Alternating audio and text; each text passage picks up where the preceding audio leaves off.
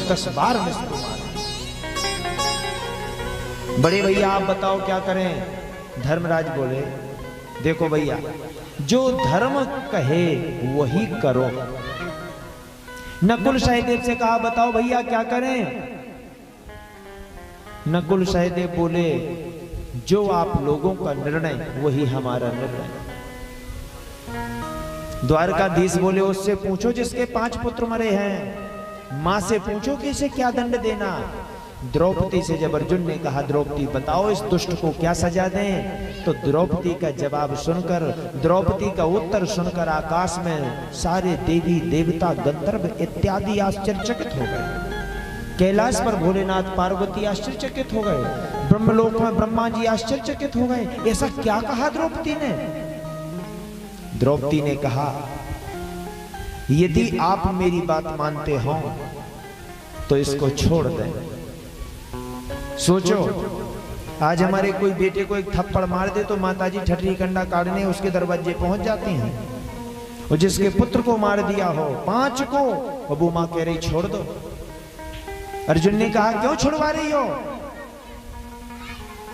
द्रौपदी कहने लगी देखो हमारे 5 पुत्र मरे हैं, पर आप लोग तो हमारी सुरक्षा के लिए हो ना, लेकिन जिसका ये पुत्र है वो तुम्हारी गुरु माता है, और गुरु जी को तो तुमने पहले ही मार दिया।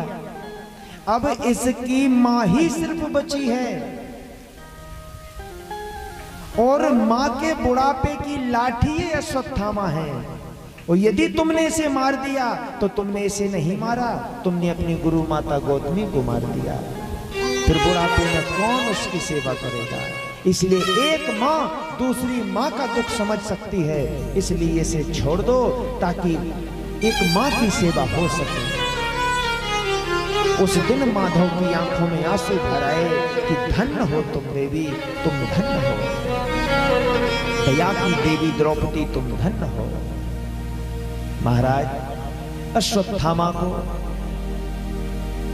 दंड देने से पहले द्वारकाधीश से कहा कि आप बताइए इसे क्या दंड दें। द्वारकाधीश बोले ब्राह्मण कैसा भी अधम हो उसे जान से मत मारो। भीमसेन बोले क्या बोल रहे हो? बोले बालकों का हत्यारा कोई भी हो उसे छोड़ो भी मत। तो बोले मारो भी मत और छोड़ो भी मत। अर्जुन बोले आप जैसे 2-4 और न्यायाधीश हो जाएं फिर तो अच्छी पंचायत निपटेगी। तब भगवान ने कहा कि ब्राह्मण का वध उसका अपमान होता है, क्योंकि ब्राह्मण को सबसे प्रिय सम्मान है। कैसी भी गलती की हो एक बार पांव छू के महाराज कह दो माफ हो जाता है। तो मस्तिष्क का तिलक निकाल दिया, शिखा काट दी और धक्के मार के निकाल दिया, पर अश्वत्थामा के मन में द्वेष की टीस आ गई कि अभी पांडवों के वंश में अर्जुन का पुत्र अभिमन्यु तो युद्ध में मारा गया, पर उसकी पत्नी के गर्भ है हम उसको नष्ट कर देंगे ताकि पांडवों के वंश में कोई पानी देने वाला ना बचे। प्यारे आज अश्वत्थामा ने ब्रह्मास्त्र पुनः चला दिया उत्तरा के गर्भ पर, और उत्तरा को जब ज्वलन वेदना हुई उदर में पेट में, तो उत्तरा हाथ जोड़ के द्वारकाधीश को याद करने लगी। कहती है कि पाहे पाहे महायोगन्य देव देव जगत पते नान्यम तद भयम पश्ये यत् मृत्यु परस्परम। हे गोविंद हमें बचाओ, हे गोविंद माधव हमें बचाओ। द्वारकाधीश तुरंत आए, कहने लगे उत्तरा पुत्र का भाव बनाओ, पुत्र का भाव। और जैसे ही प्रभु के प्रति पुत्र का भाव बनाया और प्रभु छोटा सा रूप धारण करके उत्तरा के गर्भ में भी चले गए। धन्य है मेरे गोविंद। भगवान कभी गर्भ में नहीं जाते, भगवान कभी जन्म नहीं लेते, क्योंकि कहा गया है कि भय प्रगट कृपाला दीन दयाला कौशल्या हितकारी। भय प्रगट कृपाला, लिए जन्म कृपाला नहीं है, प्रकट कृपाला, प्रकट हुए हैं। लेकिन धन्य मेरे गोविंद, जब भक्तों पे संकट आया तो अपना मान भले टल जाए, पर भक्त का मान न टलते देखा। जहां भक्त मेरे पग धरे वहां धरूं मैं हाथ। भगवान कहते हैं कि जहां भक्त मेरे पग धरे वहां धरूं मैं हाथ। उस सदा संग डोलत फिरूं कबहू न छोड़ूं साथ। भगवान का तो ये वचन है। भगवान उत्तरा के गर्भ में चले गए, दुनिया को जो कहना हो कहती रहे, पर अभी तो हमें अपने भक्त की रक्षा करनी है। उस ब्रह्मास्त्र से भगवान गोल समयानुकूल हुआ, उत्तरा ने पुत्र को जन्म दिया जिसका नाम है परीक्षित। बोलिए परीक्षित महाराज की जय। परीक्षित का अर्थ होता है जिसकी जन्म लेने के पहले ही रक्षित भगवान ने कर दिया, रक्षा करके उसका नाम परीक्षित पड़ता है। द्वारकाधीश बढ़िया एक झबला लेके आए, परीक्षित को पहनाया। परीक्षित महाराज बड़े प्रसन्न हैं कि गोविंद के दर्शन मिल गए। आज हमारे गोविंद ने कहा कि बस पांडवों से कि अब हमारी चलने की तैयारी है। अब द्वारिका से भी खबर आ रही है, महाभारत युद्ध हो चुका, आपको विजय श्री प्राप्त हो गई, अब आप उत्तराधिकारी बन गए हैं, अब हमें अनुमति दे दीजिए चलने की। सबको ज्ञानोपदेश दिया, सबने कुछ ना कुछ मांगा। अर्जुन ने क्या मांगा कि कृष्ण तो दीय पद पंकज पंजरांते, कि कृष्ण तुदीय पद पंकज पंजरांते। अधैव में विसतुमानज राजहंस, प्राण प्रयाण समय कपुबातु पित्ते। क्रोधन विधौ स्मरणम कुतस्ते। अर्जुन नर का अवतार है, द्वारकाधीश नारायण का अवतार है, तो हमेशा नर को नारायण से यही मांगना चाहिए, कृष्ण तुदीय पद पंकज पंजरांते। हे कन्हैया, तुम्हारे चरण रूपी पिंजरे में हमारा मन रूपी राजहंस हमेशा के लिए कैद हो जाए।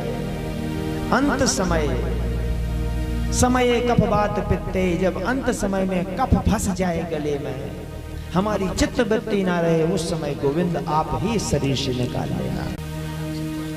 बोलिए द्वारकाधीश की जय। आज भगवान जाने लगे, तुम्हारे पुत्र अब राजा बन गए हैं, अब तुम सुख भोगो, मांगो तुम्हें क्या चाहिए। तो झोली फैलाई बुआ कुंती ने और क्या कहा कि विपदा संतु न स्वतंत्र, तत्र तत्र जगद्गुरो, भवतो दर्शनम यतस्यात् पुनर्भुवदर्शनम।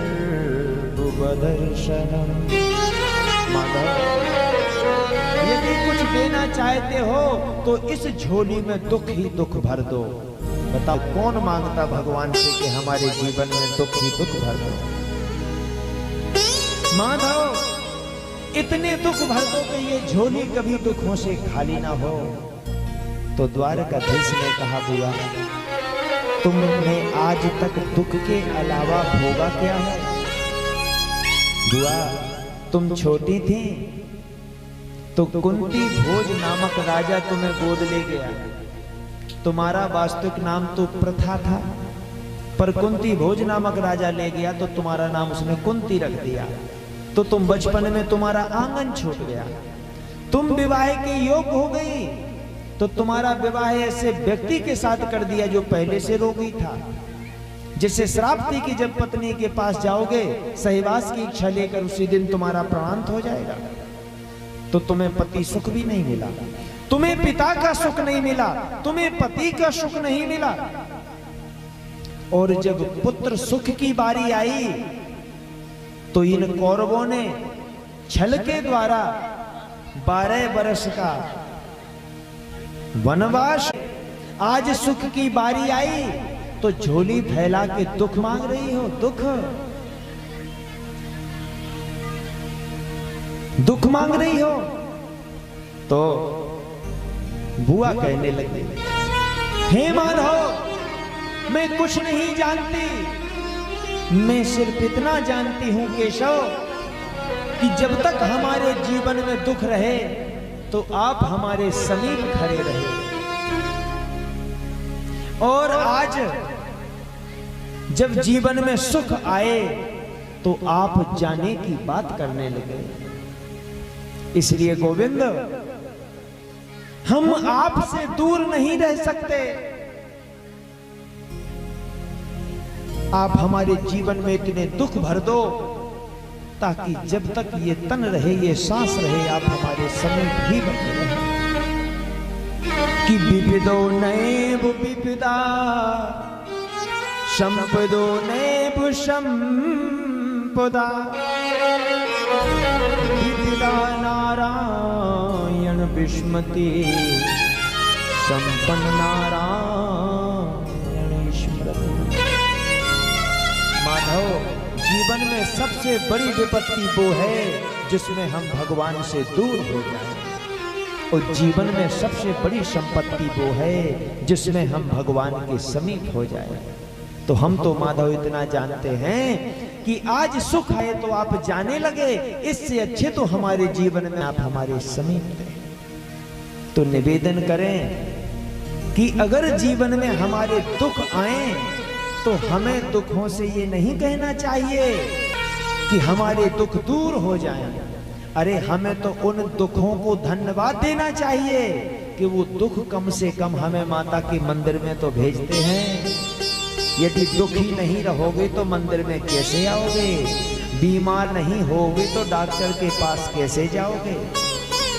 इसलिए कभी मत सोचना अरे दुखी हैं जो हमें भगवान से जोड़ते हैं, सुख तो ऐसा है जो हमें भगवान से अलग कर देता है।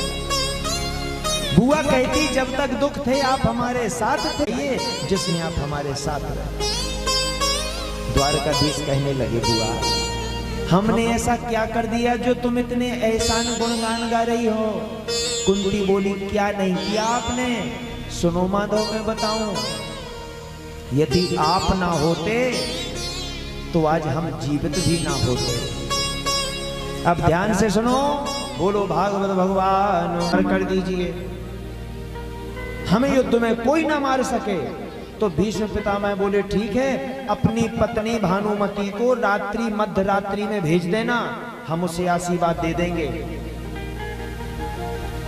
वो भी सुरक्षित और तू भी सुरक्षित। दुर्योधन गया घर और यहां भगवान पहुंचे द्वारकाधीश द्रौपदी के पास। बोले द्रौपदी हमारे साथ चलो। द्रौपदी बोली किस लिए? बोली ये मत पूछो किस लिए, तुम तो चलो। द्रौपदी बोली चलो। बोले ऐसे नहीं, पहले साड़ी पहन लो, घूंघट लगा लो। द्रौपदी ने साड़ी पहनी, घूंघट लगाया, चलो हमारे साथ। रात्रि के मध्य रात्रि में वो द्वारकाधीश द्रौपदी को लेके पहुंचे उसी शिविर में जहां भीष्म पितामह बैठे थे। जैसे ही द्वार पे पहुंचे, द्रौपदी बोली अब क्या करना है? द्वारकाधीश बोले चले जाओ, जो बाबा जी बैठे सामने इनके चरणों में प्रणाम करना है तुम्हें साष्टांग। तो बोली आप भी चलो। बोले हम चलेंगे तो सब गड़बड़ हो जाएगी, हमें न लवा जाओ। द्रौपदी बोली ठीक है। वो द्रौपदी गई और भीष्म पितामह के चरणों में प्रणाम किया। सो भीष्म पितामह ने समझा कि दुर्योधन की पत्नी भानुमति ही आई है। सो भीष्म पितामह दोनों हाथ उठा के बोले सौभाग्यवती भव। जैसे ही द्रौपदी ने घूंघट खोला तो द्वारकाधीश की ओर देखा कि खोल लें। द्वारकाधीश बोले बिल्कुल तक फेंक दो, अब कोई दिक्कत नहीं, काम हो गया। जैसे घूंघट खोला, भीष्म पितामह बोले द्रौपदी तुझे कैसे पता? अब बोली वो वही जाने जिसे सब पता। मुझे कैसे पता? ये तो वही जाने जिसे सब पता। कौन? बोले वही है। बोले निश्चित इसमें कृष्ण का हाथ है। द्वारकाधीश का हाथ होगा। कहाँ है? बोले द्वार पे खड़े हैं। बोले बुलाओ। पहुंचे द्वारकाधीश, पितामह प्रणाम। बोले प्रणाम। करवा दिया पूरा खेल चौपट।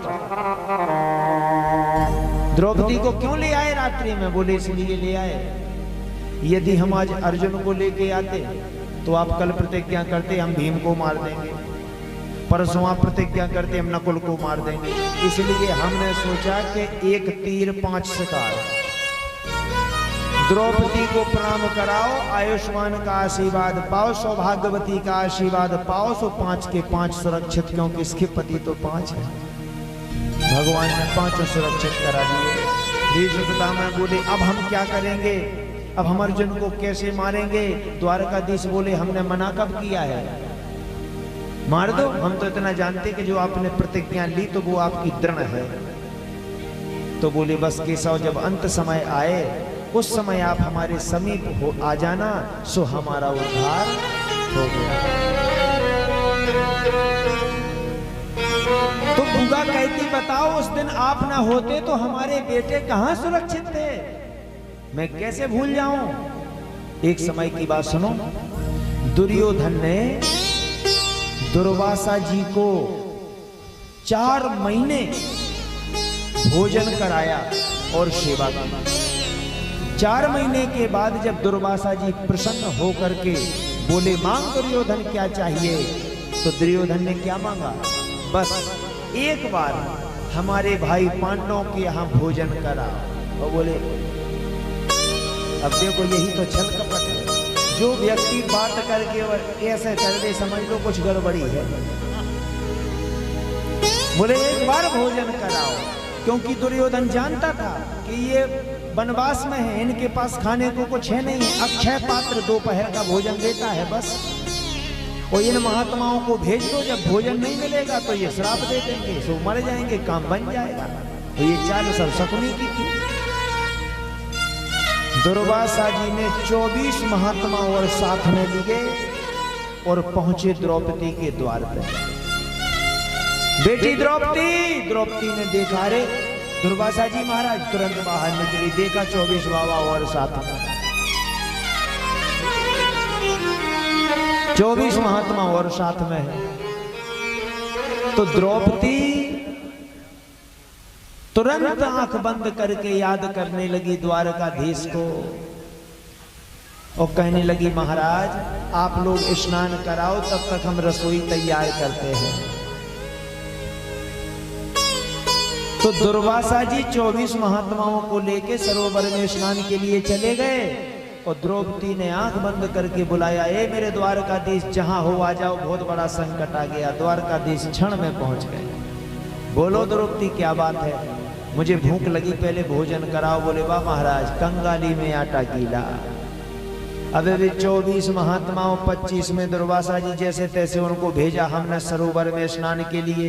वो आ रहे हैं, उन्हें भोजन कराना है और आप कह रहे हमें भोजन भूख लगी। इसके पीछे का कारण भी हम आपको समझाएंगे। द्रौपदी बोली कुछ नहीं है। बोले पात्र में देखो कुछ तो मिलेगा। पात्र में देखा तो एक भाजी का पत्ता लगा हुआ था, अक्षय पात्र। तो वो भाजी का पत्ता द्रौपदी लेके आई और एक पत्ता गोग ने ग्रहण किया और बोले जाओ भीम बुला लाओ, महात्माओं को कहना रसोई तैयार हो गई। भीम बोले चले तो जाएंगे हम, पर लौट के नहीं आएंगे। द्वारकाधीश बोले लौट के क्यों नहीं आओगे? बोले सर्वनाश होते अपनी आंखों से कैसे देख लें। बोले क्यों? बोले ये तो सोचो दुर्वासा जी जैसे क्रोधी संत, और जब वो आएंगे कहेंगे चलो भोजन कर लो, वो भोजन का कहीं अता पता नहीं, तो वो इतनी श्राप देंगे कि 7 पीढ़ियां याद रखेंगे। इसलिए हम जा रहे हैं और कह के वहीं निकल जाएंगे, हम लौट के नहीं आएंगे।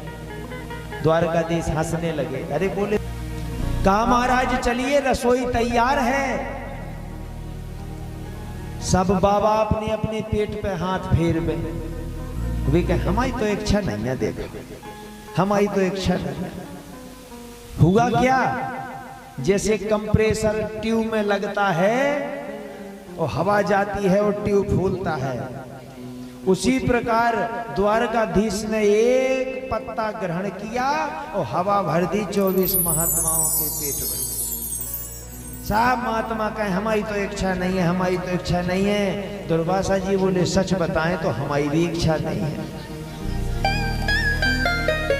अरे भैया भीम एक काम करो, भोजन तो हम लोगों को करना नहीं है, पर भोजन के बाद जो हमें आशीर्वाद देना है सो तुम अभी ले जाओ।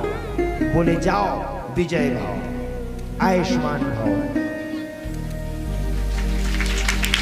तो गरल सुधारि पुकरय मिताई, ओ गोपद सिंधु अनल शीतलाई।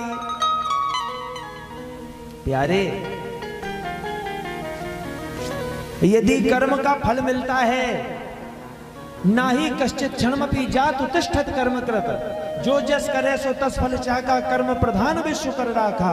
कर्मणा जायते जंतु कर्मणे विलीयते। जब कर्म का फल मिल रहा है तो भगवान को मानने से क्या फायदा है?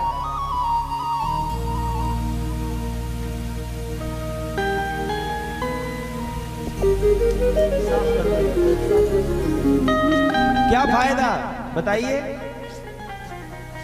जब कर्म का फल मिल रहा है, जैसा हम कर्म करेंगे वैसा हमें फल मिलेगा, तो भगवान को मानने से फायदा क्या है? तो मैं बताऊं क्या है।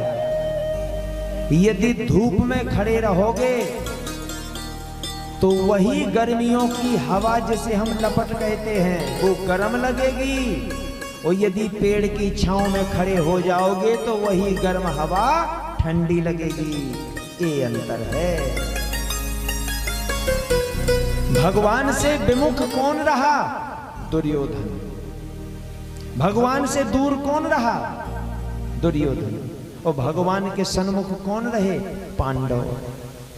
तो जीवन में आने वाले संकट भगवान कृष्ण ही लड़के दूर करते रहे, और कौरवों के जीवन में संकट आते रहे। अब एक बात बताओ, जब महाभारत का निमंत्रण तो दोनों देने गए थे, कौरव भी देने गए, पांडव भी गए। अब बहुत बड़ी बात छुपी यहां।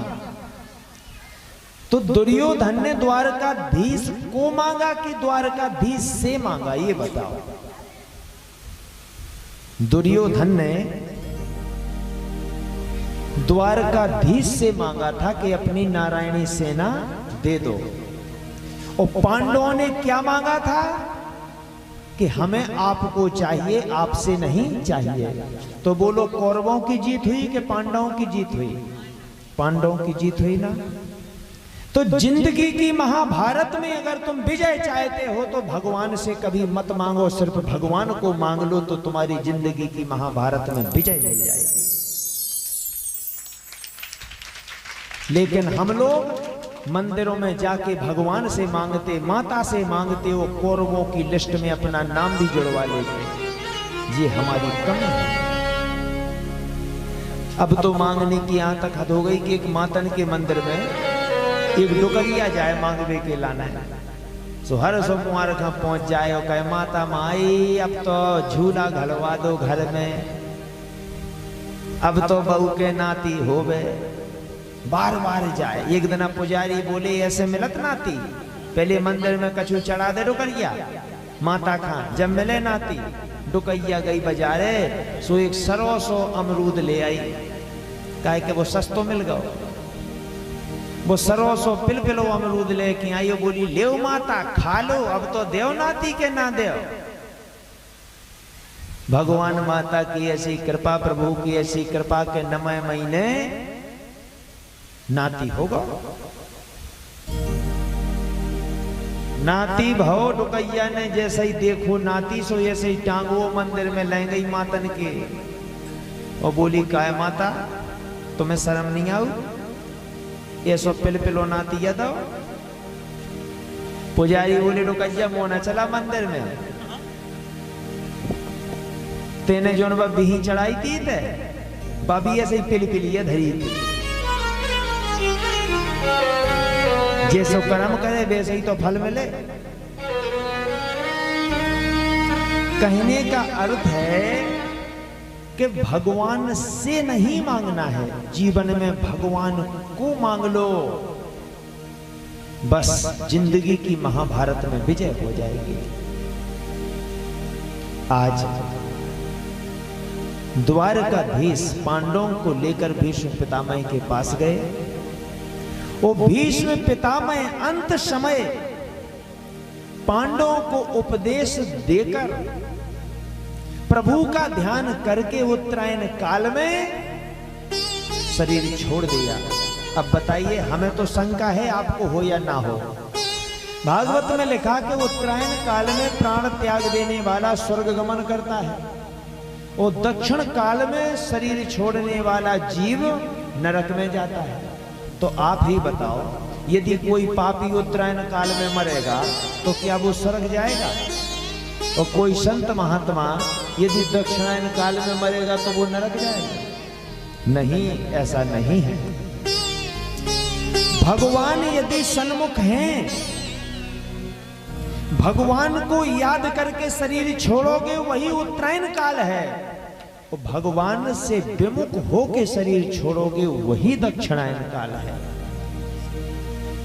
तो ध्यान देना, भगवान ने गीता में भी कहा है, जो जिसका स्मरण करके शरीर त्यागता है वो उसी में पहुंचता है।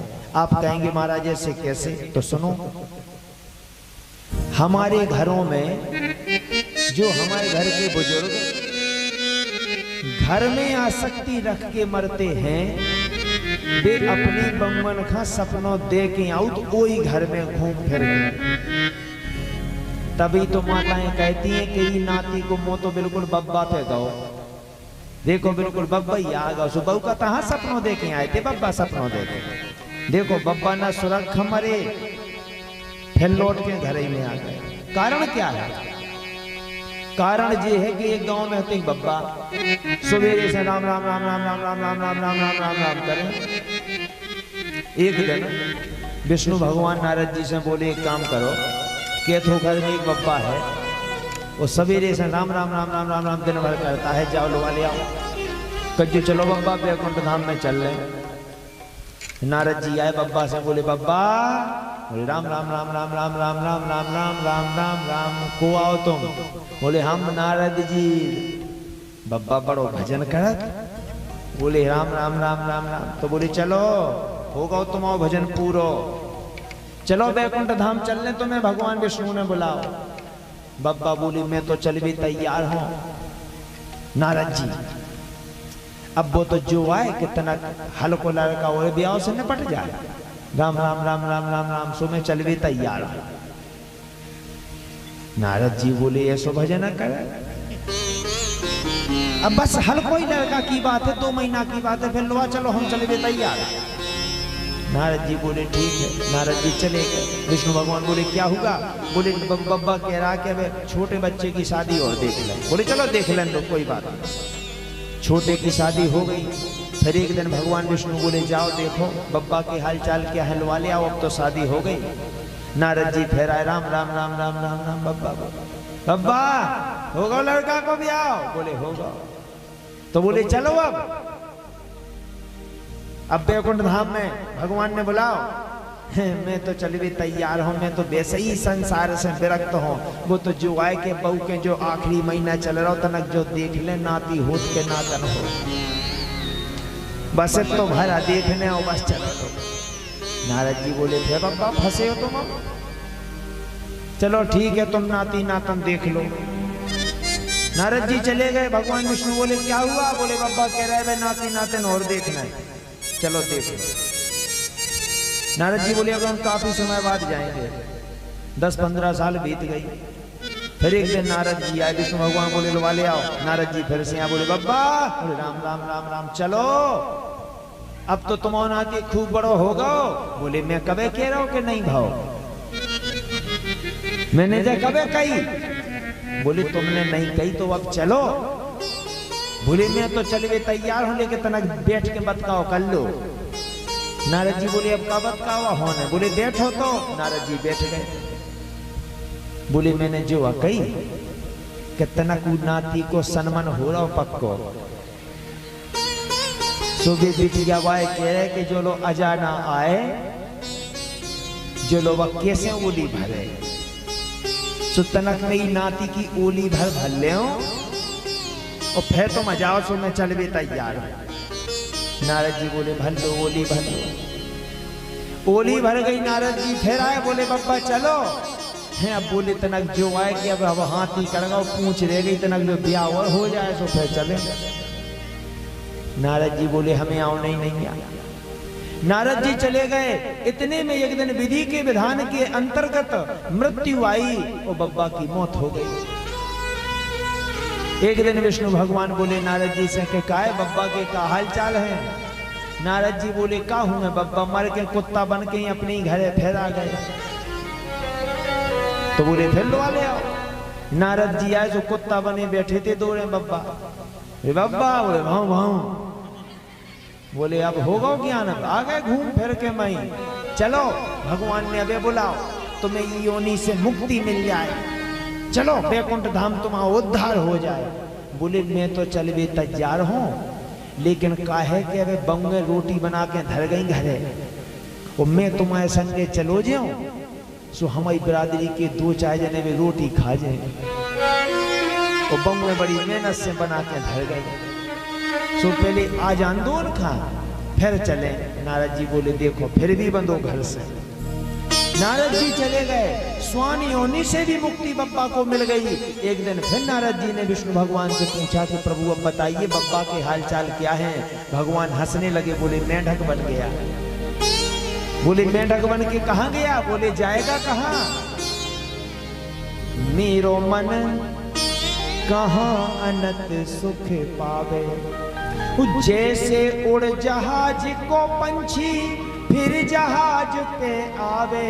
मेरो मन कहां अनंत सुख पावे। अगर जानवर रस्सी से बंधा हो तुम कितने पीट लेना, वो घूम फिर के वहीं आएगा, घूम घूम के वहीं आएगा। सो बब्बा मेंढक बन के अपने हार के कुआ में बैठे।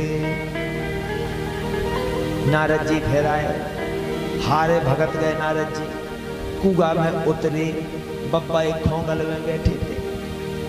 नारद जी बोले बब्बा सो मई के मई उचक गए दो बे, चलो कछु नहीं बिगड़ो, अबे भी उद्धार हो जाए, वे बड़े दयालु हैं, बैठो हमारे हाथ पे। सो बब्बा बैठ गए। बोले लो आ चले। बोले नारद जी बोले हमारे हाथ पे बैठ के भी जावे खाना ही कर रहा डोकरा, काहे नहीं जाने। बोले मैंने जो कही कि अबे ये पंक्ति ने कराओ कुआ में साइड बोर। सो झेल रुक गई। सो हम और हमारी बिरादरी के 2-4 जने रिश्तेदार और व्यवहारी। बोले कैसे व्यवहारी? बोले जब उनके घर के कुआं की झरे फंसती सो हम काम कराया हूं, अब आज हमारे की फंसी सो बे हमाओ काम करा दे आए। सो काम चल रहा और जैसे ही झिर खुल जाए पानी न करे आए सो हम चले भी तैयार हैं। पर अबे ना जे नारद जी बोले के भंगी आए जो दूसरा तेरी काय कछु का है। हर देर मैं तो वासक्ति से मैं दूर हूं, मैं तो भजन करे तो जाग नहीं है। छोड़ छाड़ के नारद जी चले गए। भगवान से हाथ जोड़ के बोले ये तो बताओ आखिर वो इतना भजनानंदी है तो वो अपने घरों को क्यों नहीं छोड़ता। तब भगवान हंस के बोले कि मन की डोर जहां बंधी रहेगी जीव लाख प्रयास कर ले, जब तक वो डोर नहीं छूटेगी वो आगे नहीं बढ़ सकता। यदि किसी गाड़ी को आप रस्सी से पीछे खूंटी से बांध दें, आप पहला गियर लगाएं चाहे दूसरा, गाड़ी के पहिया घूमेंगे वहीं पर आगे नहीं बढ़ेगी। इसलिए मैं आपसे निवेदन करूं कि आपको चाहिए कि अंत समय में आपको क्या करना है, जैसा भीष्म पितामह ने किया आपको वैसा करना है। कैसा? भगवान के सामने आपको प्राण त्यागने हैं, शरीर छोड़ना है। अब बताएं इसके लिए क्या करना है।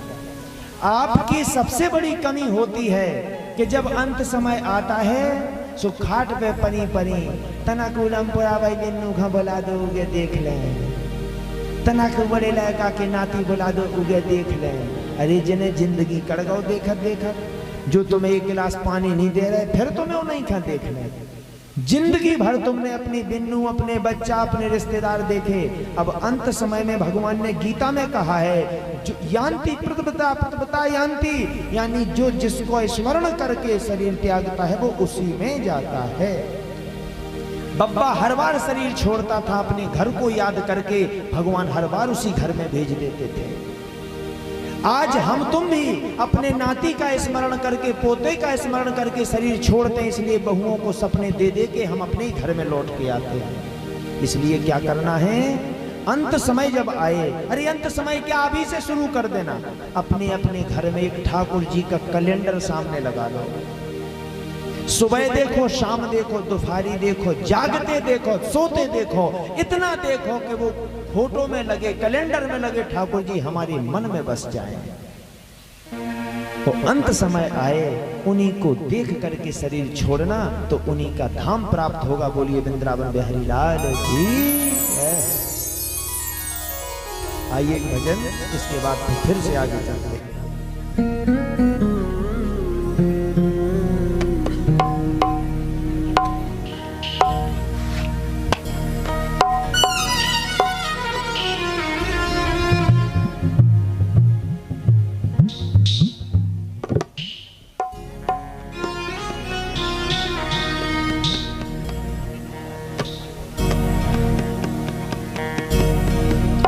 ओ किशन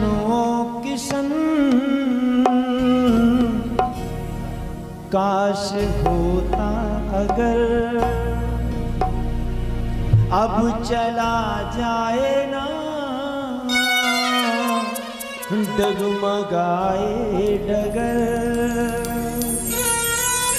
हम भी तन्हा न रहते यूं ही उम्र भर, तुम साथ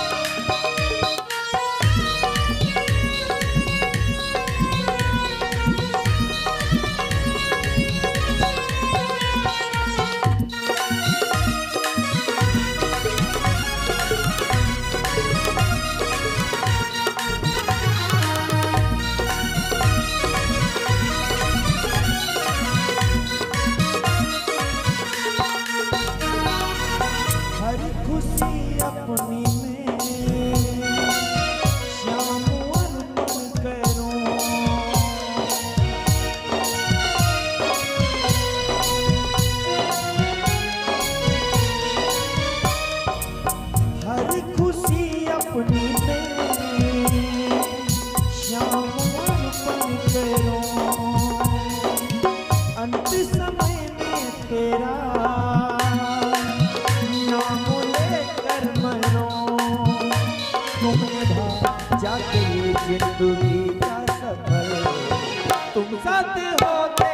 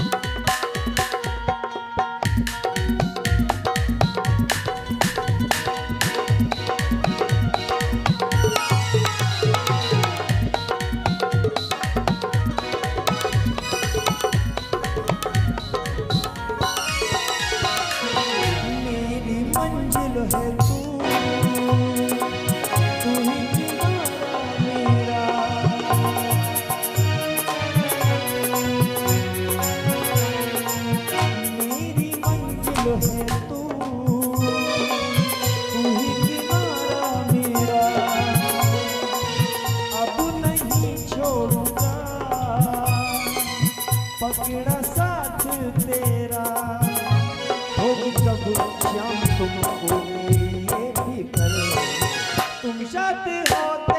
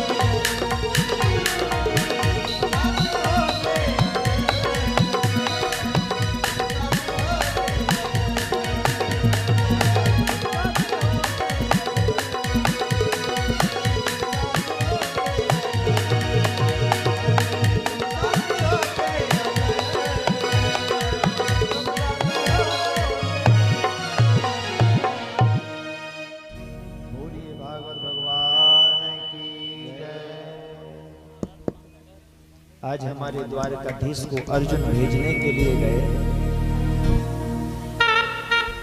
अर्जुन लौट कर आए, अर्जुन की आंखें भरी हुई, सिसकते हुए।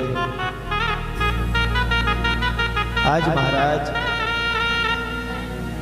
धर्मराज ने पूछा, तुम्हारे मुख का तेज क्यों चला गया? क्योंकि तेज तो 3 कारणों से ही जाता है। अगम्य स्त्री के साथ संबंध बनने के उपरांत मुख का तेज चला जाता है, और धोखे से गाय का वध हो जाए, गाय मर जाए तो तेज चला जाता है।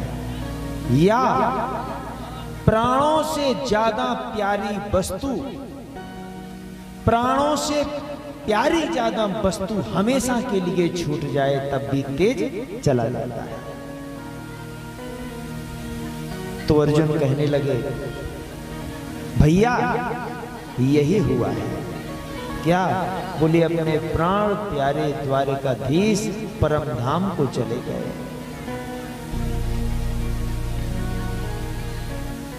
मैं आप लोगों से निवेदन करता हूं, एक शंका मेरे मन में है कि भागवत में लिखा है कि पांचों पांडवों ने अपना शरीर हिमालय में गला दिया। सबने कथा सुनी है, पर क्यों? ऐसी क्या बात थी कि पांडवों ने अपना शरीर हिमालय में गला दिया? कुछ तो कारण होगा। तो क्या पता है आप लोगों को ये कारण कि क्या है? यदि पता है तो हम आगे बढ़ें, और यदि आपको मन में भी ये शंका है कि पांडवों ने अपना शरीर क्यों गला दिया, तो हम आपकी शंका का समाधान करेंगे यदि आप हाथ उठाएंगे और सुनेंगे तो, नहीं तो हम आगे बढ़ेंगे। अच्छा, और सबको पता है? नहीं है पता, बहुत अच्छी बात। जो पता नहीं है वो निसंकोच पूछो।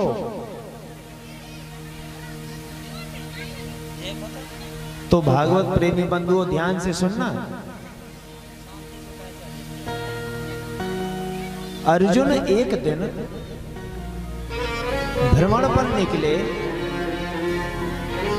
तो एक घोड़े पे लंबा चौड़ा पुरुष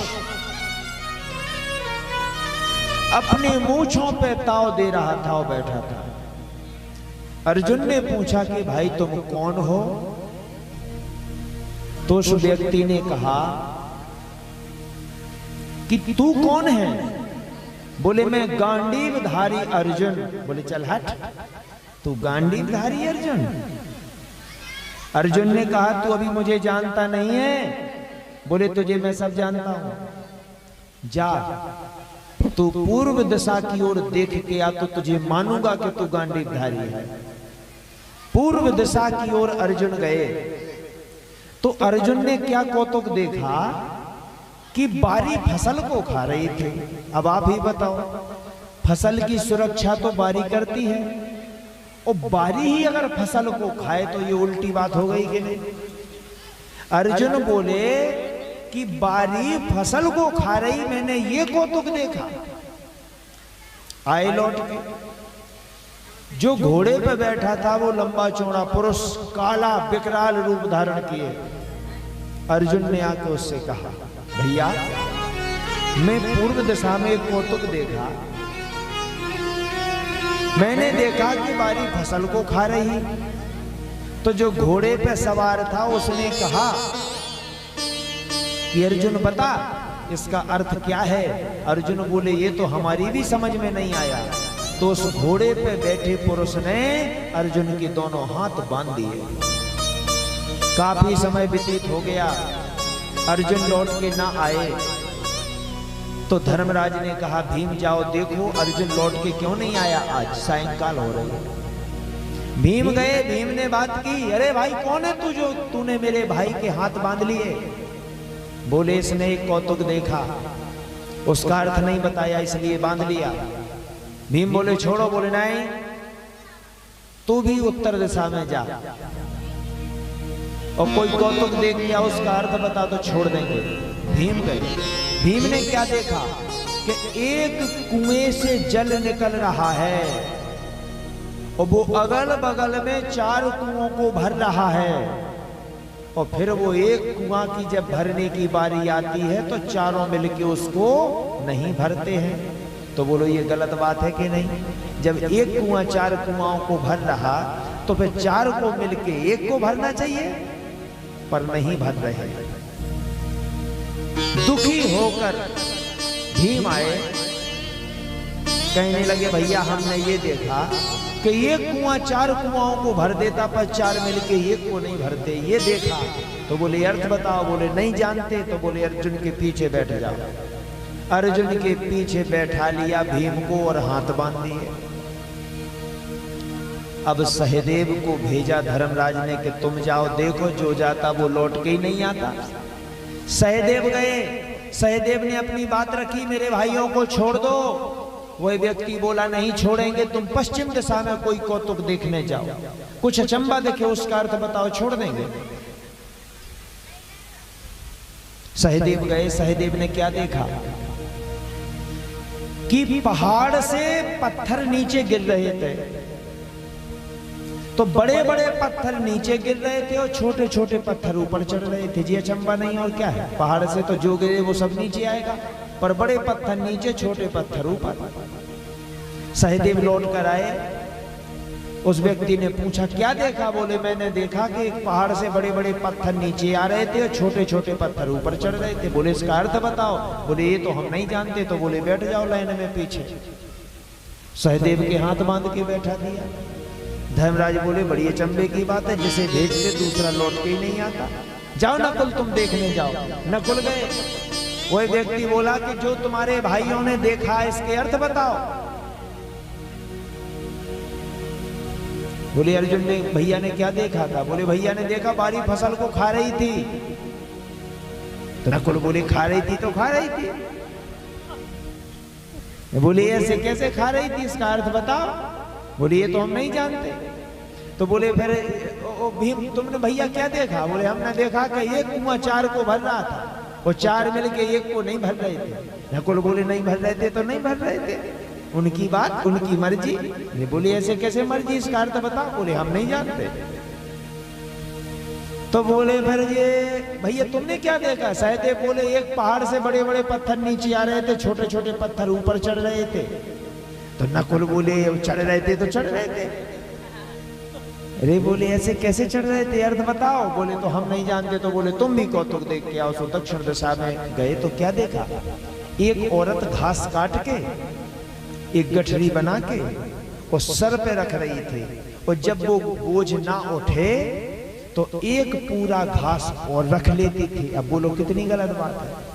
यदि वजन ना उठे तो एक पूरा घास कम करना चाहिए तभी तो उठेगा, पर वो क्या करती थी? एक पूरा और बढ़ा लेती थी, फिर उठाती थी, ना उठे एक पूरा फिर बढ़ा लेती थी, फिर उठाती थी, ना उठे एक पूरा फिर।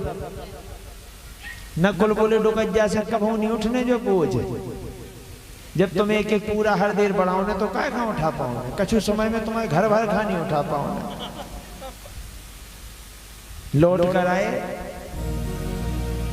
बताया कि मैंने ये कौतुक देखा, अर्थ बताओ। नहीं समझ में आया, सुबह भी बंद गए। अब आए धर्मराज स्वयं। धर्मराज ने कहा इन भाइयों को क्यों बंदी बनाया? बोले इनने जो देखा उसका अर्थ नहीं बताया। धर्मराज बोले मैं बताता हूं। बोले ऐसे कैसे? तुम पहले कोई कौतुक देखने जाओ।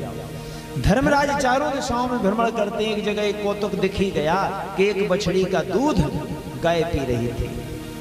बोलो बछिया का दूध गाय को पीना चाहिए कि गाय का दूध बछिया को पीना चाहिए? ये भी उल्टा हो रहा था। धर्मराज से पूछा उस व्यक्ति ने कि बताओ क्या कौतुक देखा? बोले पहले बड़े का कर्तव्य छोटों को मुक्त कराना, पहले मैं बताऊंगा। अर्जुन तुमने क्या देखा? बोले बड़े भैया मैंने देखा कि बारी फसल को खा रही थी। भैया इसका अर्थ क्या है? धर्मराज बोले इसका ये अर्थ है आने वाले समय में तुम्हारे प्राण घातक बनेंगे, तुम्हारा अंग रक्षक ही तुम्हारा भक्षक होगा। राजीव गांधी को भी उन्हीं के लोगों ने मार दिया, इंदिरा गांधी को भी उन्हीं के लोगों ने मार दिया। कितने ऐसे बड़े बड़े संत महात्मा हैं जिन्हों हम और आपको खबर मिलती है कि शरीर छोड़ दिया, उनके चेले ही उनका शरीर छुड़ा देते हैं।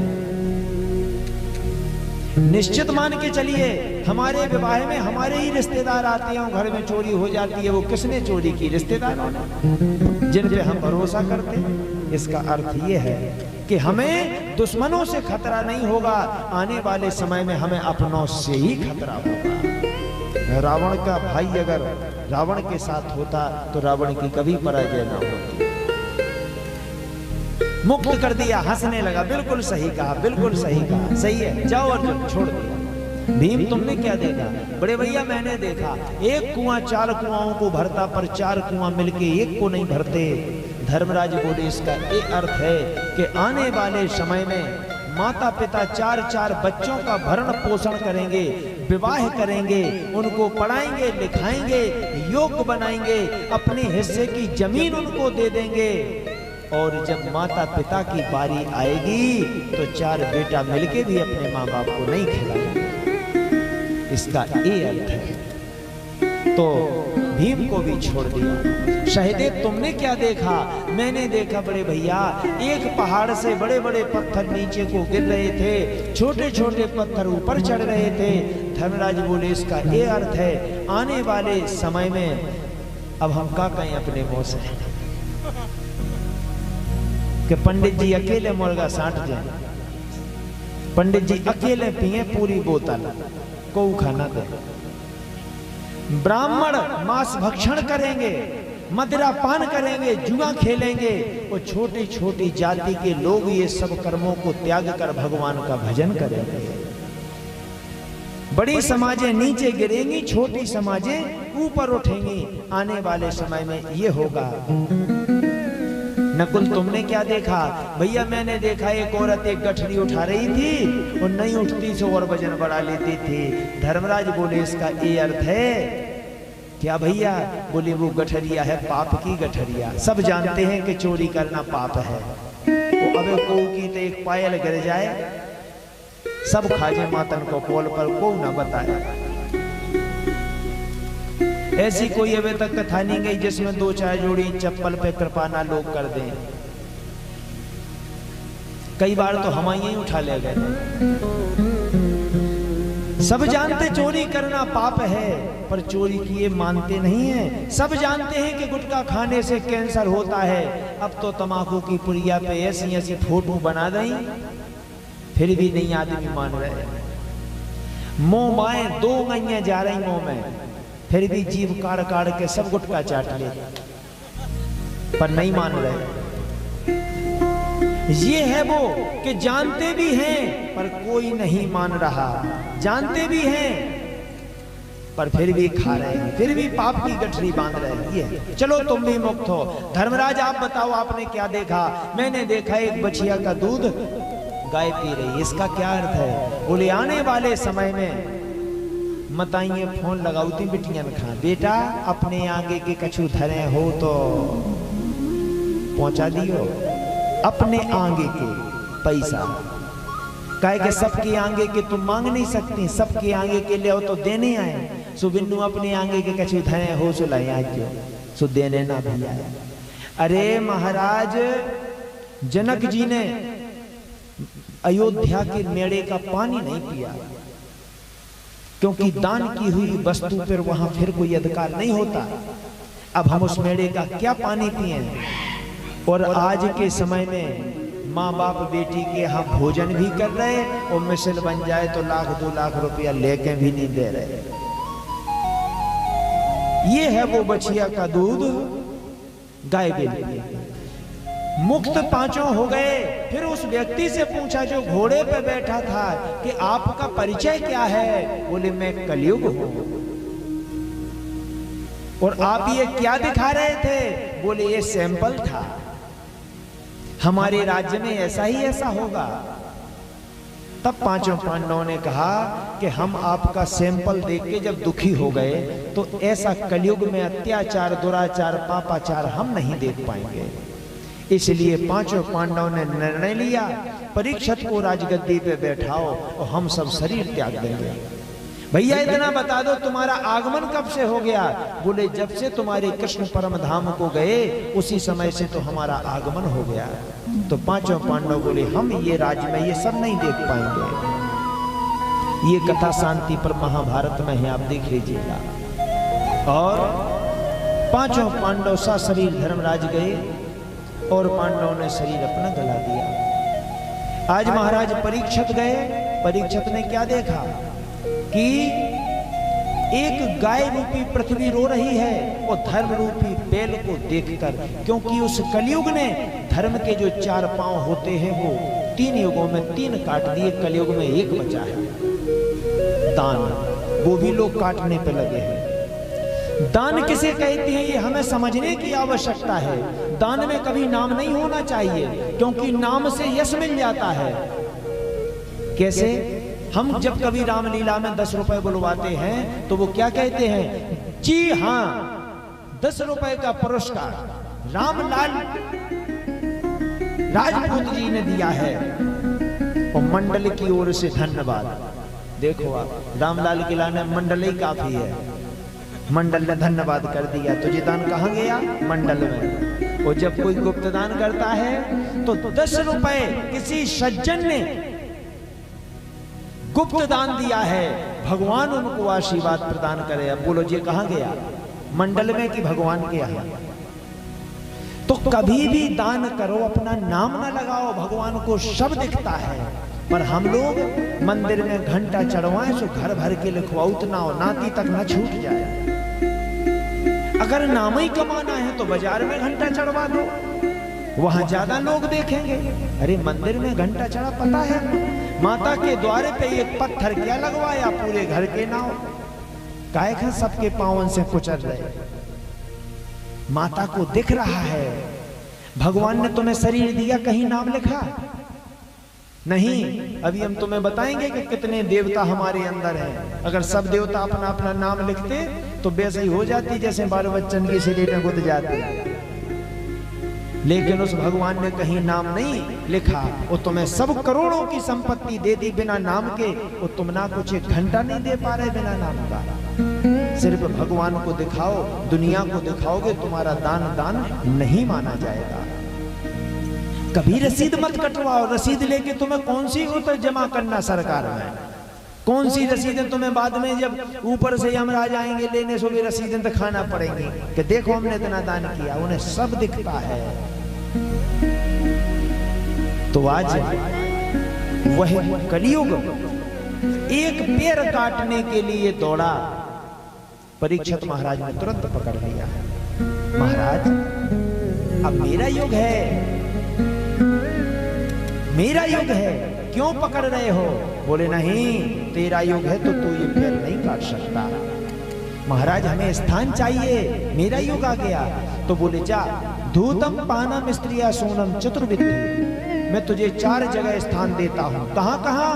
जुआ के स्थान पर, दारू के अड्डे पर, वेश्या के कोठे पर, जहां निंदा होती है उस जगह 4 जगह स्थान दिया। बोले महाराज ये तो सब उल्टी जगह है, कोई अच्छा सा कमरा दे दो, जा अनीत के कमाए हुए स्वर्ण में तेरा वास है। परीक्षित महाराज वही मुकुट लगा के गए थे जो जरासंध के यहां से पांडव छीन के लाए थे, अनीत का था, उसी में कलियुग चला गया। परीक्षित महाराज की बुद्धि घूम गई। समीक ऋषि के गले में मरा हुआ सांप डाल दिया और श्रृंगी ऋषि ने श्राप दे दिया। बोले जिस दुष्ट राजा ने आकाश में बिजली चमकने लगी, बादल की गर्जना हो, जिस दुष्ट राजा ने मेरे पिता के गले में मरा हुआ सर्प डाला है, उस राजा को 7वें दिन उस सर्प के पूर्वज तक्षक उसकी मृत्यु का कारण बने।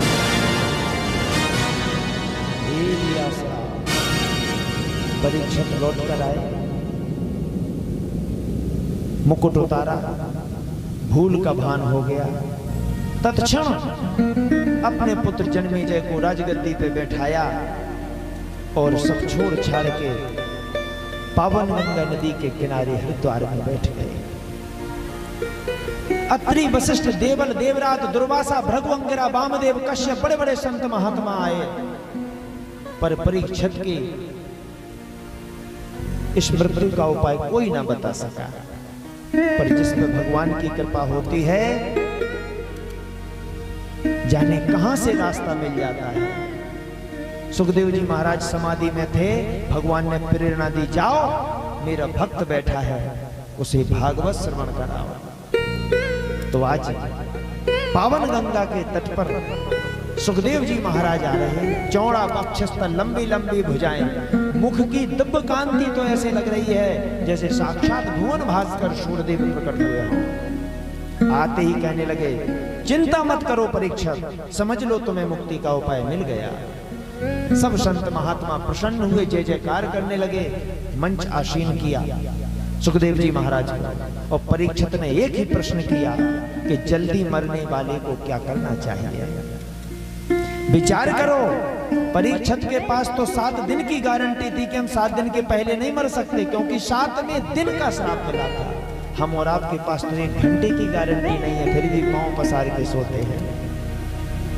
परीक्षित सोचते कि चलो ठीक है, अभी सोमवार मंगल बुधवार बृहस्पति शुक्रवार शनिवार रविवार को मरना, तो शनिवार के दिन देख लेंगे हम। और आप क्या कहते, बुढ़ापे में भजन कर लेंगे, बुढ़ापे में रोटी तो मुन्ने नहीं है, कब भजन करो। तो धन्य है प्रभु। सुखदेव जी महाराज कहने लगे, चिंता मत कर, हम तुम्हें श्रीमद् भागवत की कथा सुनाएंगे जिससे तुम्हारा उद्धार हो जाएगा। अब मैं आपसे प्रश्न करूं, ये कथा तो आपने सुनी भी है, पर आप ये बताओ, कलियुग जुआ के अड्डे पे किस रूप में रहता है? कलियुग किस रूप में मदिरा ग्रह पर दारू के ठेका पे रहता है? कलियुग किस रूप में वेश्या के कोठे पे रहता है? पता हो आप लोगों को तो ठीक है, नहीं तो एक बार हाथ फिर उठाओ, हम एक एक निराकरण कर देंगे।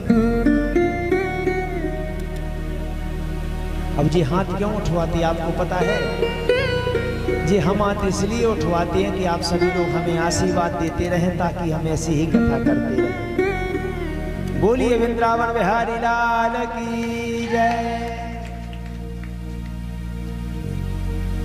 तो अब ध्यान देना, कलियुग ने अपने बड़े पुत्र मद से कहा कि तुम जाओ वो दारू के अड्डे की, दारू के ठेके की ऑफिस को संभालो।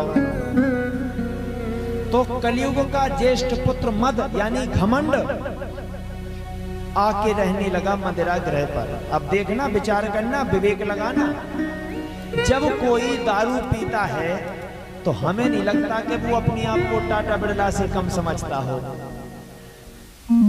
एक बार एक राजा हाथी पे बैठ के आ रहा था, और भाई साहब अच्छी पींगे, वो पहुंच गए सामने। बोले राजा,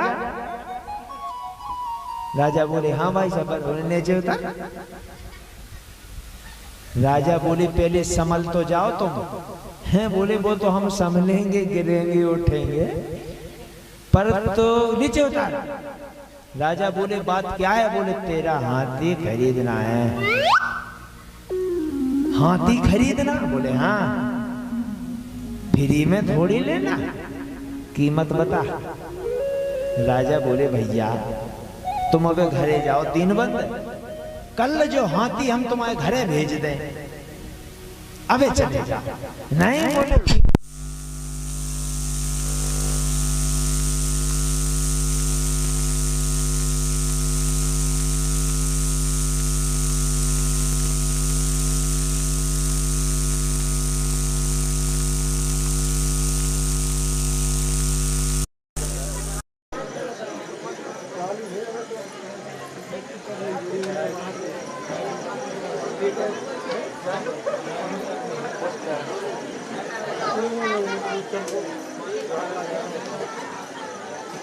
जल्दी करो।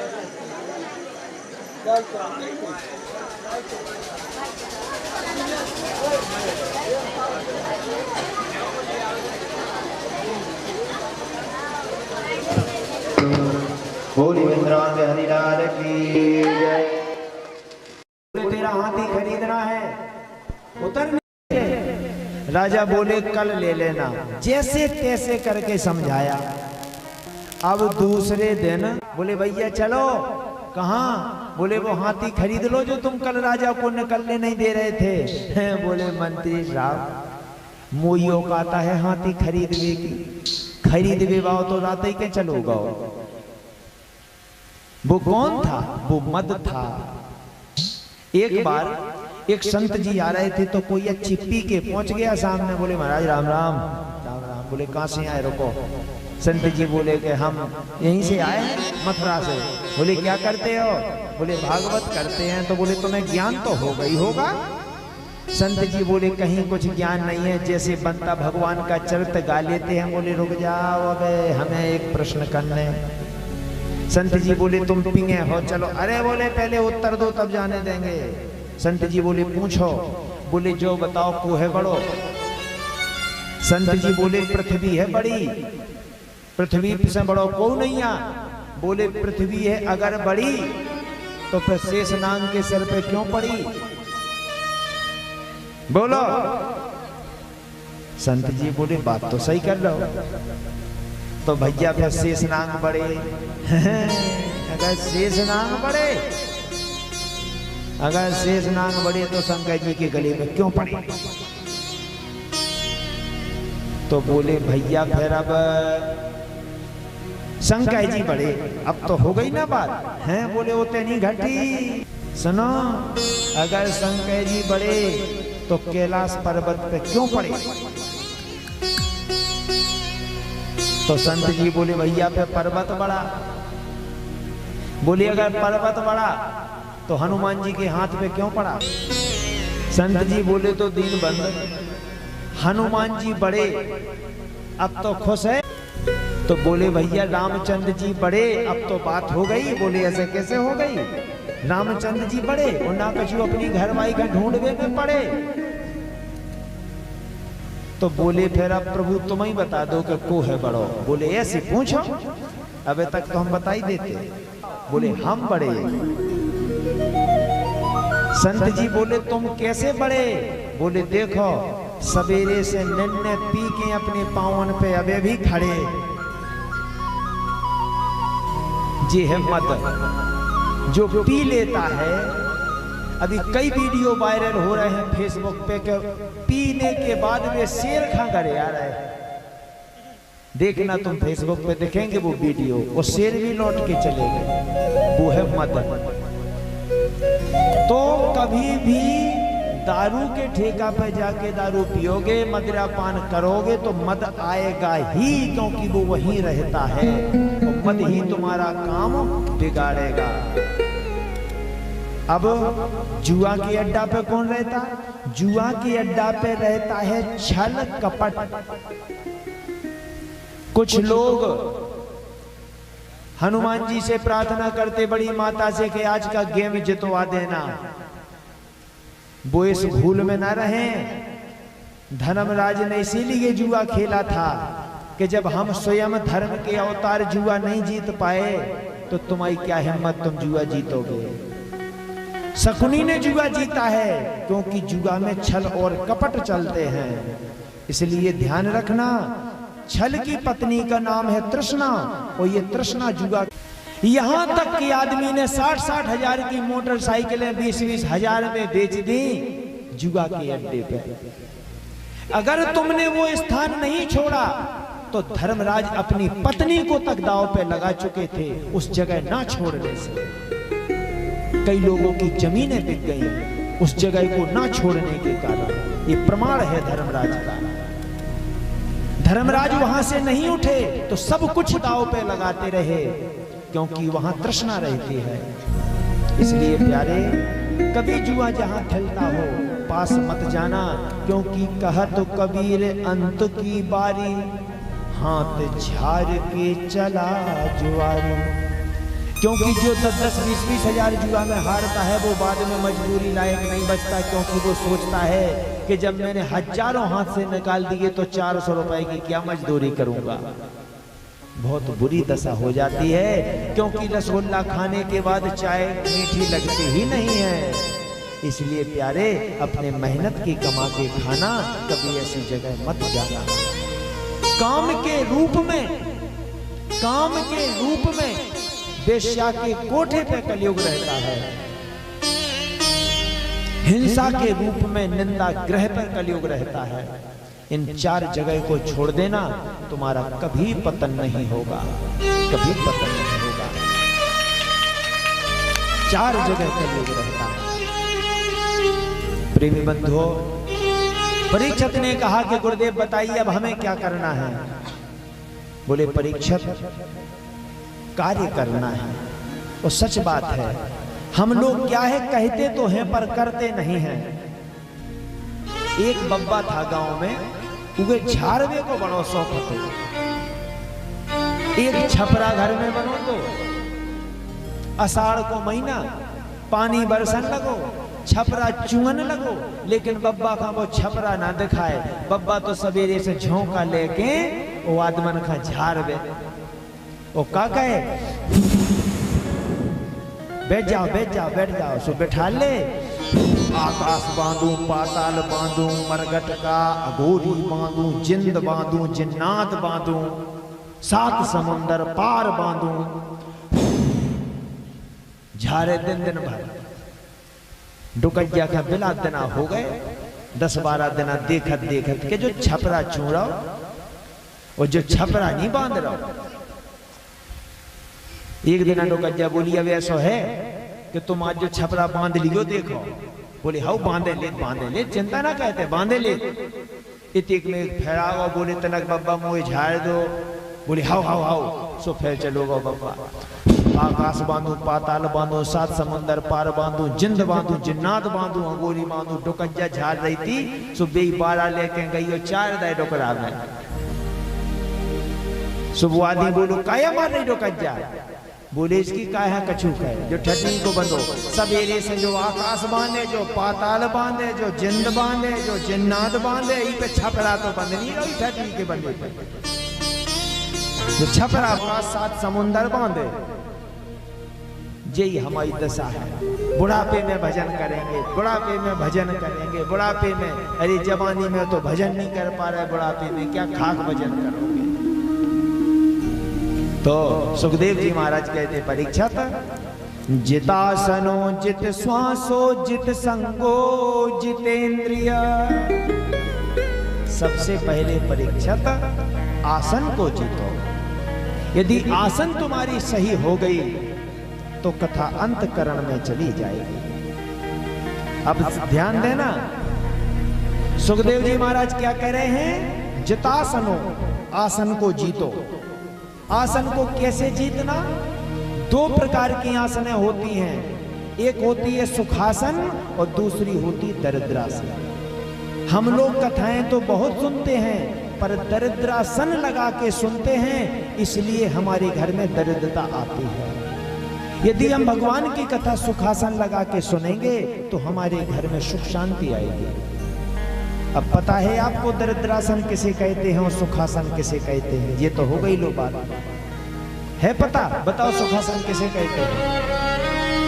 नहीं हो पता तो दो आशीर्वाद, एक बार हम फिर बताते हैं। देखो, सुखासन कहते हैं जिसमें पांव की पालथी लगती है और हाथ जुड़ते हैं, इसे कहते सुखासन। आज तक किसी भी व्यक्ति को आपने हाथ जोड़े और पांव की पालथी लगाए सोता नहीं देखा होगा। बताओ देखा? नहीं देखा है कि नहीं? जी है वो दरिद्रासन, जिसमें पांव जुड़ जाएं और हाथ की पालथी लग जाए, तुरंत नींद आ जाएगी। आप भी करके देख लेना। इसलिए परीक्षित, जितासनो जित संगो जितेंद्रिय। पहले आसन को जीतो। अगर आसन नहीं जीत पाए तो निद्रा देवी तुम्हें कथा से वंचित कर देगी। सच है, हम भगवान के सामने 2 पांव काय के लिए जोड़ेंगे? हमारे पांव पर हो, कभी पांव नहीं जोड़ना चाहिए। हाँ, पांव दर्द करने लगे इधर उधर फैला लो, पर भगवान के सामने मत फैलाओ। ये है वो जितासनो जित संगो। आसन तो जीत ली, अब क्या करना? श्वास श्वास पर कृष्ण भज, बेथा श्वास जन खोए, उल ना जाने या श्वास की या बन होए ना होए। एक बात बताओ, हम आप लोगों से पूछ रहे हैं भैया, हम आपसे पूछें आप कितने साल में चल रहे हो? आप कहोगे हम 30वें साल में चल रहे हैं। आप कितनी साल में चल रहे हैं? 50-52वें साल में चल रहे हैं। तुम कितनी साल में चल रहे? 25वें साल में चल रहे। भैया कितनी साल में चल रहे? 28वें साल में चल रहे। बोलो रुके हो कि चल रहे हो? रुका तो नहीं ना कोई? सब चल रहे हैं। कोई 25 में चल रहा नहीं, रुके हो तो हम चला दें, कोई दिक्कत नहीं। हम रुकी भी गाड़ी चलाने की समर्थ रखते हैं। गाड़ी तो चल रही है, ऐसी के कमाऊ ना रुके। तो चल रहे हैं, सब चल रहे हैं, पर ये किसी को पता नहीं कि हमें जाना कहां है। हम चल रहे हैं, हम चल रहे हैं। आपके गांव से 500 लोग चल रहे थे, पर ये तो पता था कि ओरछा जा रहे हैं। ये तो पता था कि हम ओरछा जा रहे हैं, तभी तो चल रहे थे। और हम अगर जिंदगी में चल रहे हैं तो हमें यह भी पता होना चाहिए कि हमें अपने ठाकुर जी तक पहुंचना है। ये हमारा चलना है। आप बताओ, आप ओरछा जा रहे थे तो आपको ओरछा कौन लेके गया? आप ओरछा जा रहे थे तो ओरछा तक कौन लेके गया? आपके दोनों पैर आपके शरीर को ओरछा तक लेके गए। सही है कि नहीं है? ताली बजा दो इस बात पे। तो फिर दो पैर आपके शरीर को ओरछा ले गए और भगवान तक आपको कौन लेके जाएगा?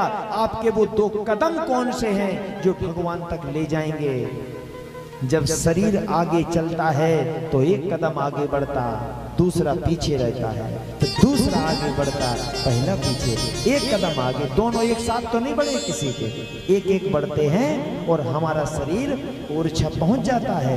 उसी प्रकार शरीर के ये दो पांव हैं, पर हमारे दो पांव कौन से हैं? जो एक सांस हम लेते हैं और दूसरी सांस हम छोड़ते हैं। ये दो हमारे दो कदम हैं जो भगवान तक हमें ले जाएंगे। तो श्वास श्वास पर कृष्ण भज व्यथा श्वास जनि खोए, और ना जाने या श्वास की आवन होए न होए। अच्छा ये बताओ, मरने से डर किस किस को लगता है? एक बार हाथ उठाओ, हमको डर भी भगा देना। अरे किसी को डर ही नहीं लगता मरने से।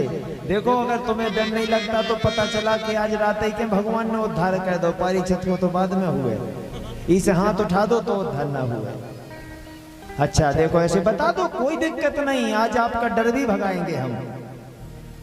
लगता है डर मरने से, सबको लगता है। अब आप लोग एक बात बताओ, बैठ जाओ बिटिया।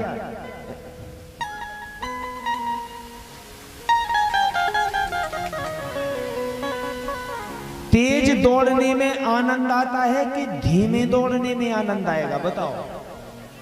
धीमे दौड़ने में आनंद आएगा, तेज दौड़ने में तो थक जाओगे, है ना?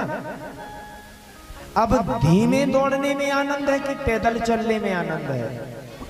पैदल। अब बताओ, पैदल चलने में आनंद है कि खड़े होने में आनंद है? अब बताओ, खड़े होने में आनंद है कि बैठने में आनंद है? अब बताओ, बैठने में आनंद है कि लेटने में? अब बताओ, लेटने में आनंद है कि सोने में? फिर मरने से काहे को डरते हो? तुम्हारी काहे कछू कहें? सुनो, जिंदगी का एक बोझ है जिसे हम ढो रहे हैं, और मौत तो वो है जो ये जिंदगी का बोझ हमारे सर से उतार देती है। वो मौत है। जब हम दौड़े, ये जिंदगी की रेस थी, जिस दिन ये रेस खत्म हो जाएगी उसी का नाम तो मौत है। जब सोने में आनंद है तो मृत्यु हमें सुलाने का ही काम करती है। फिर डर किस बात का? ये बताओ, आप लोगों के जो छोटे बच्चे रहते हैं तब आनंद रहता कि बड़े हो जाते अपना काम करने लगे तब आनंद रहता? जब बड़े हो जाए, क्योंकि छोटे बच्चे की बहुत सेवा करनी पड़ती है ना। उसी प्रकार तुम्हें इस शरीर की भी बच्चे जैसी ही सेवा करनी पड़ती है। कैसे? सुबह से इसे उठाओ, फिर इसे मंजन कराओ, फिर इसे नहलवाओ, फिर इसे तेल लगाओ। बच्चे की ऐसी सेवा करती हैं आपकी? नहीं। फिर इसे तेल लगाओ, फिर रोटी बन जाए सो इसे खवाओ। बच्चा अपने हाथों से तो नहीं खाता, ये शरीर अपने हाथ से तो नहीं खाता, हमें खिलाना पड़ता है। खा लो, वो ज्यादा नुकसान हो जाए सो राधे गोविंद ले जाओ। ज्यादा खा जाए जो सो आप, वो बीमार हो जाए सो डॉक्टर को दिखाओ। और अगर रात में पांव पिराए सो अपने हाथन दबाओ।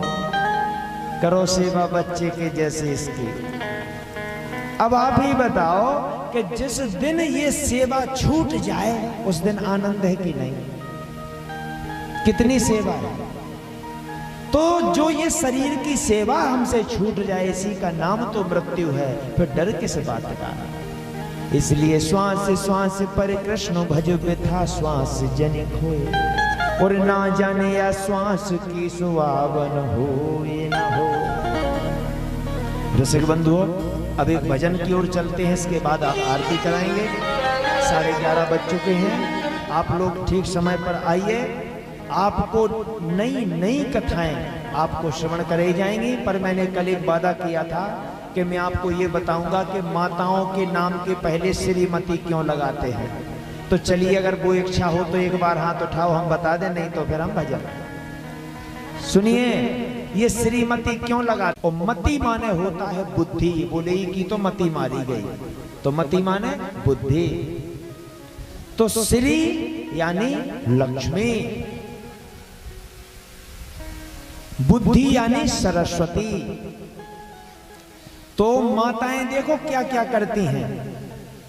एक तो आपके पैसे की बचत करती हैं, ठीक है, इतने तक नहीं पाने वो तो ठीक है, नहीं देते ऐसा कौन टैक्स का है।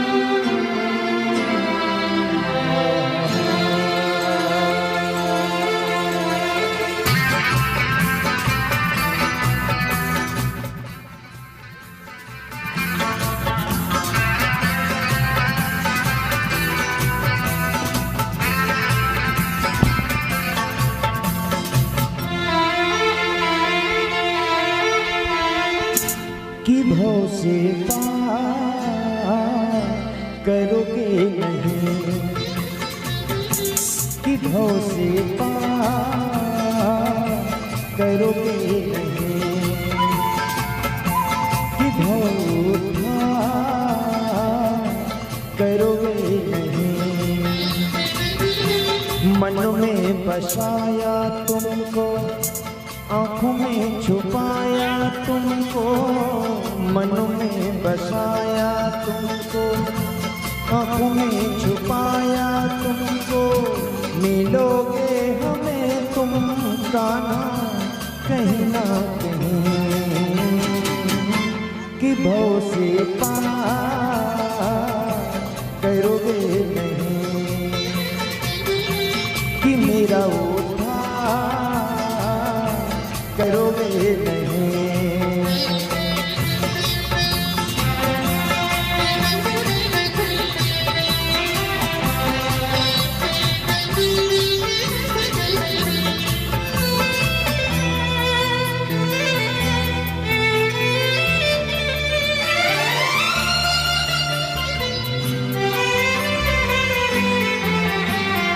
कब से ढूंढे मेरी ये नजर, अब मुझसे नहीं होता है सबर।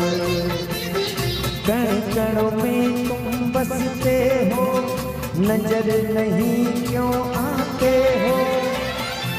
दर्शन को अखियां पर से फिर क्यों चित्त चुराते हो। तुम्हें छोड़ प्यारे कान्हा जाना नहीं, जाना नहीं कि भव से पार करोगे नहीं, कि भव से पार करोगे नहीं, कि मेरा उद्धार करोगे नहीं।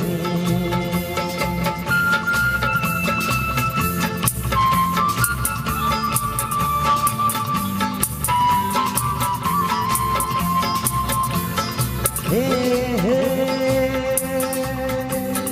आ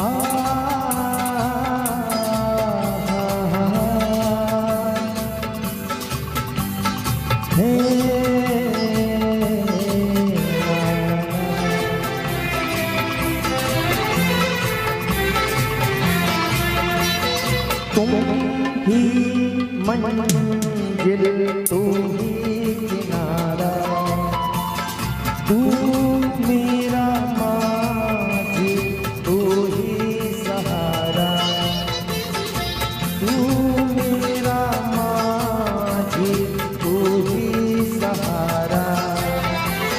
राह मेरी ये भटकी है, जिंदगी दर पे अटकी है। पार में हूँ अब कैसे, नैया अधर में लटकी है। भक्त हूँ तेरा कान्हा, मानोगे नहीं, मानोगे नहीं कि भव से पार करोगे नहीं, कि मेरा करोगे नहीं। मन में बसाया तुमको, आँखों में छुपाया तुमको। मन में बसाया तुमको, आँखों में छुपाया तुमको। मिलोगे हमें तुम कान्हा कहीं ना कहीं, कि भव से पार करोगे नहीं, कि मेरा उद्धार करोगे नहीं। हे हे ला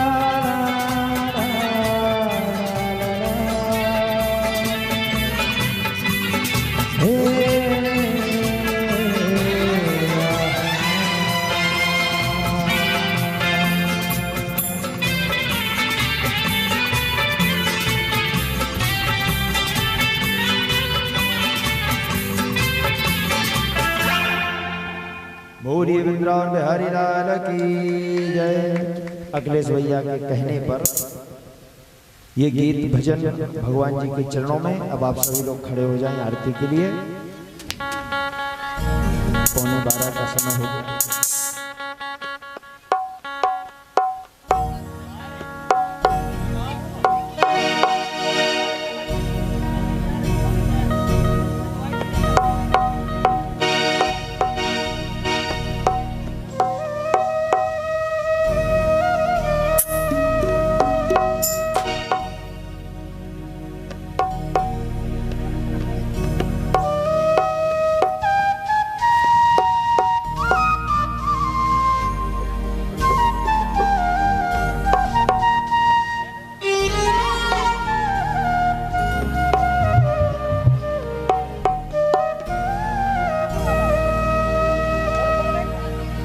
कि श्री भागवत भगवान की है आरती, पापियों को पाप से है तारी।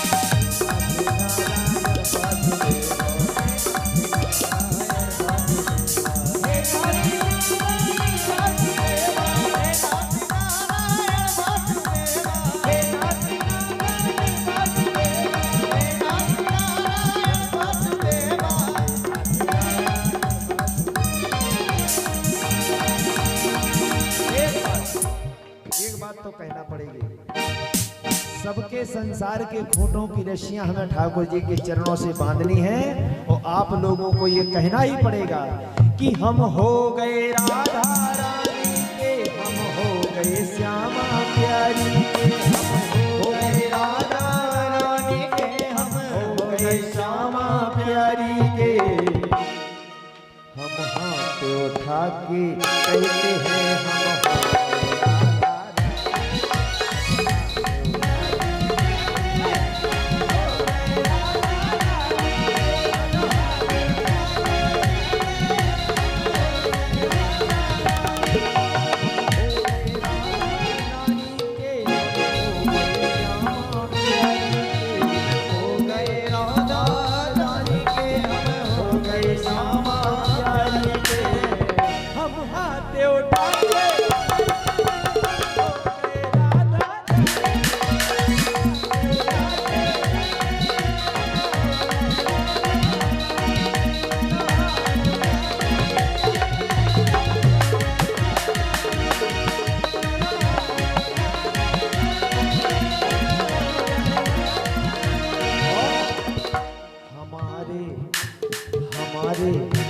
हमारे दो ही रिश्तेदार, हमारे दो ही रिश्तेदार। कौन कौन?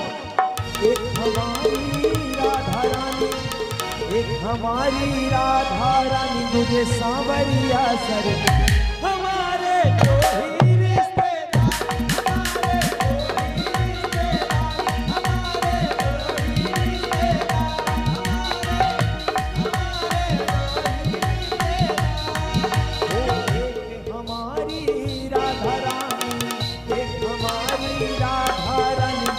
सांवरिया सरकार। हमारे हमारे हमारे दो ही रिश्तेदार, हमारे दो ही रिश्तेदार, हमारे दो ही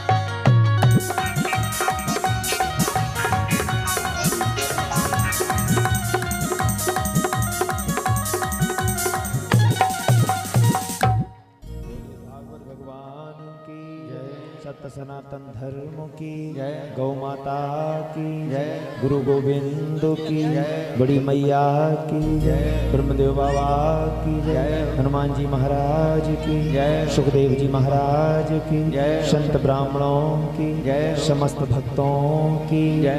जय जय श्री राधे।